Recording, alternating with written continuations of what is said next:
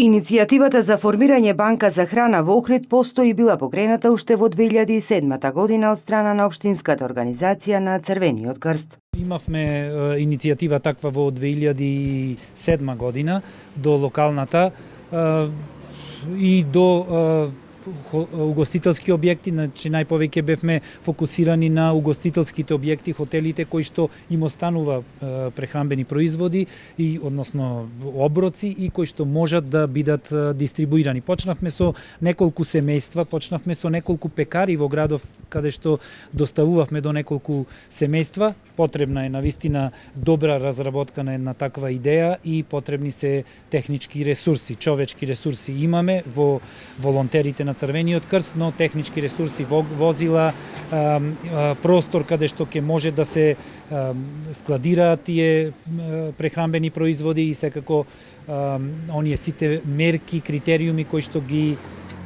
бара ХАСАП системот за да може еден таков ланец да се користи, односно да се применува.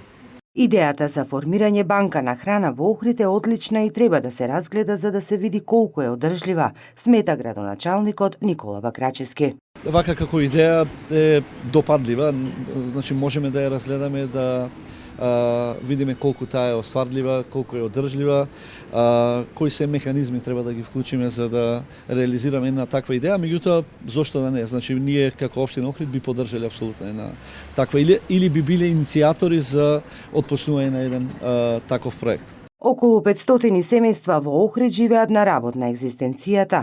Во Македонија се фрла речиси 1/4 од вкупното количество храна со која манипулираат маркетите, рестораните, производителите и дистрибутерите.